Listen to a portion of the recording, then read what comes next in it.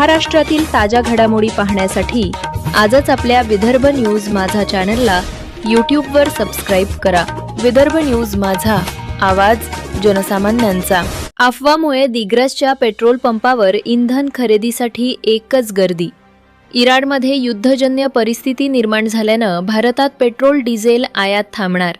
काही दिवस petrol pump बंद राहणार, तसंच इंधन दरात मोठी वाढ होणार अशी अफवा मंगळवारी रात्री दिग्रस शहरात वेगानं पसरली आणि नागरिकांमध्ये घबराटीचं वातावरण निर्माण झाले। अफवेवर विश्वास ठेवत अनेक नागरिकांनी रात्रीच पेट्रोल पंपांकडे धाव घेतली। चारचाकी, दुचाकी, ऑटो तसेच ट्रॅक्टरसह विविध वाहनांच्या लांबच लांब रांगा लागल्या।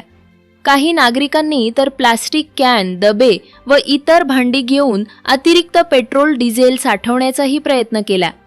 परिणामी दिग्रस शहरातील प्रमुख पेट्रोल पंपांवर मोठी गर्दी उसळली आणि काही ठिकाणी किरकोळ वादाचे प्रसंगही घडले। रात्री उशिरापर्यंत इंधन भरण्याची नागरिकांची गर्दी पेट्रोल पंपावर पाहावयास मिळाली। अनेकांना बराच वेळ रांगेत थांबावे लागले। अचानक वाढलेल्या मागणीमुळे काही पंपांवर इंधन संपल्याची चर्चा पसरली, मात्र अधिकृतरित्या तुटवड्याची कोणतीही घोषणा करण्यात आलेली नाही।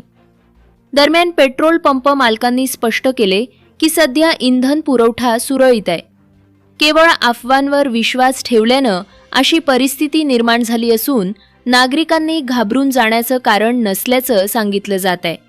तज्ज्ञांच्या मते आंतरराष्ट्रीय घडामोडींचा इंधन दरांवर परिणाम होऊ शकतो, परंतु तात्काळ आयात बंद होऊन पेट्रोल पंप बंद पडतील अशी स्थिती निर्माण झालेली नाही। त्यामुळे नागरिकांनी अधिकृत निवेदन आणि विश्वसनीय माध्यमांवरील माहितीवरच विश्वास ठेवावा असे आवाहन करण्यात येत आहे।